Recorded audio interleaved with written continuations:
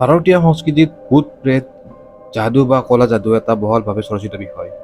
ভাৰতৰ প্ৰায় সকলো অঞ্চলতে একোটা একোটা নিজা ভূতৰ কাহিনী আছে। তাৰে মাজৰ পৰা কেইটামান ভূতৰ বাবে প্ৰসিদ্ধ ঠাইৰ বিষয়ে আজিৰ ভিডিঅ'টোত আমি আলোচনা কৰিম। পলম নকৰি আমি ভিডিঅ'টো আৰম্ভ কৰোঁ।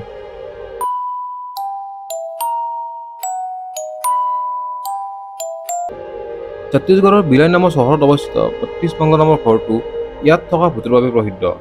এই ঘৰটোৰ ওচৰত মানুহ যাব ভয় কৰে কাৰণ ইয়াত আছে কিছুমান অপ্ৰাকৃতিক শক্তি। এই ৩২ বংগ নামৰ ঘৰটো ব্ৰিটিছ কালত নিৰ্মাণ কৰা হৈছিল। এই ঘৰটোত আছিল এজন পাশবিক মানসিকতাৰ ব্ৰিটিছ বিষয়া আৰু তেওঁ নিজৰ মনোৰঞ্জনৰ বাবে এই ঘৰটোৰ বাহিৰত নিৰীহ লোকক ফাঁচি দিছিল। সেই সময়ত অকাল মৃত্যু হোৱা লোকসকলৰ আত্মাই এতিয়া এই ঘৰটোৰ চৌহদত বাস কৰে আৰু ঘৰটোৰ ওচৰেদি অহা যোৱা কৰা মানুহক তাত আত্মা থকাৰ আভাস দিয়ে। স্থানীয় মানুহে কয় যে ৰাতি প্ৰায় ৩ বাজিলে ঘৰটোৰ সন্মুখৰ পথটোত অহা যোৱা কৰা মানুহে কিছুমান অস্বাভাৱিক আকৃতি দেখা পায় আৰু যদি সেই সময়ত কোনোবা মানুহে ৰাস্তাটোৰে গাড়ী চলাই যায় তেওঁ তেতিয়া গাড়ীৰ নিয়ন্ত্ৰণ হেৰুৱাই এক্সিডেণ্ট হয়। এজনী বিশেষ মহিলাৰ কথা প্ৰায় মানুহে কয়।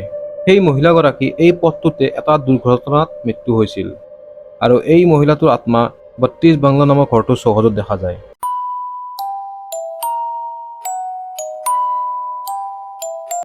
ছত্তীশগড়ত অৱস্থিত তাৰবাহাৰ ৰেলৱে ক্ৰছিঙত হঠাৎ কিছুমান অপ্ৰাকৃতিক ঘটনা সংঘটিত হ'ব ধৰে কাৰণ তাৰ কিছুদিন আগত ইয়াত এটা ভয়ানক ট্ৰেইন এক্সিডেণ্ট হৈছিল। ২০১১ চনত হোৱা এটা ট্ৰেইন এক্সিডেণ্টত ১৮জন মানুহৰ অকাল মৃত্যু হৈছিল। এই ঘটনাটো হোৱাৰ আগতো এই ঠাইত আত্মা থকাৰ কথা মানুহে কৈছিল, কিন্তু ট্ৰেইন এক্সিডেণ্টৰ পিছত ইয়াত অপ্ৰাকৃতিক ঘটনা বেছি হ'ব ধৰে। ২০১১ চনতে এদিন ৰাতিপুৱা ৯ বজাত কেইজনমান মানুহে ৰেলৱে ট্ৰেক পাৰ হৈ আছিল আৰু ডাবল লাইনৰ ৰেলৱে ট্ৰেকেৰে একেলগত দুখন ট্ৰেইন অহাত ১৬জন মানুহৰ মৃত্যু হয়।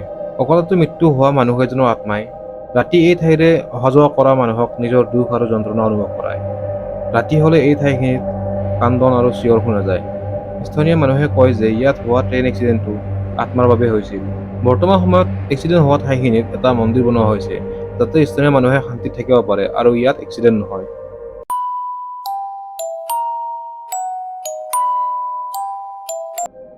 মণিপুৰৰ মেইটেই ৰজাই নিৰ্মাণ কৰা কাংলা ফৰ্ট ইয়াত হোৱা অস্বাভাৱিক ঘটনাৰ বাবে প্ৰসিদ্ধ। ১৮৯১ চনত ব্ৰিটিছ আৰু মণিপুৰী চিপাহীৰ মাজত হোৱা যুদ্ধৰ সময়ত মৃত্যু হোৱা সৈনিকসকলৰ আত্মাৰ দ্বাৰা ইম্ফলৰ কাংলা ফৰ্টটো আতংকিত। স্থানীয় মানুহে বিভিন্ন সময়ত সৈনিকসকলে পেৰেড কৰা শব্দ শুনিছে আৰু কেতিয়াবা দেখাও পাইছে। কেতিয়াবা আকৌ এই ফৰ্টটোৰ পৰা সৈনিকসকলে পুৰণি মাস্কেট গানেৰে একেৰাহে গুলীবৰ্ষণ কৰা শব্দও শুনা পায়।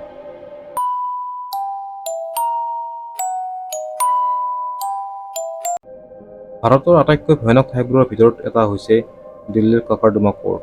বহুতো উকিলে ইয়াত কিছুমান অস্বাভাৱিক ঘটনা হোৱাৰ কথা কৈছে আৰু কিছুমানে নিজে সেই ঘটনাৰ অভিজ্ঞতা পোৱাৰ কথা কৈছে।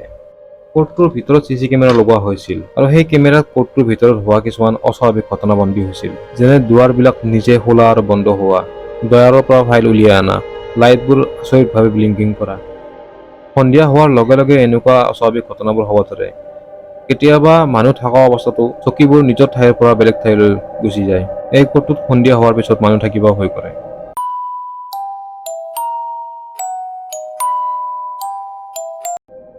১৮৭০ চনত ব্ৰিটিছ ইষ্ট ইণ্ডিয়া কোম্পানীয়ে স্থাপন কৰা মুম্বাইৰ মুকেশ মিলছ ব্যৱসায়ত হোৱা লোকচানৰ বাবে বন্ধ কৰা হৈছিল। পিছত এই মিলটোত জুই লাগি সম্পূৰ্ণভাৱে জ্বলি যায়। জুই কেনেকৈ লাগিছিল সেই বিষয়ে আজিও অজ্ঞাত। জুই লগোৱাৰ পিছৰ পৰা এই মিলটো তেনেকৈ আছে আৰু ইয়াৰ মেৰামতি কৰাও হোৱা নাই। এই মিলটোত ফিল্ম শ্বুটিং কৰা হয়। ফিল্ম ক্ৰিউৱে ইয়াত সূৰ্যাস্তৰ পিছত কাম কৰিবলৈ পছন্দ নকৰে, কিয়নো সূৰ্যাস্তৰ পিছত এই মিলটোত কিছুমান অস্বাভাৱিক কাৰ্যকলাপ আৰম্ভ হয়। দিনৰ ভাগত শ্বুটিং চলি থাকোঁতে লাইট অফ হোৱা, কিবা বস্তু নোহোৱা হৈ যোৱা বা কিবা আচৰিত শব্দ অহা যেন এই মিলটোত স্বাভাৱিক।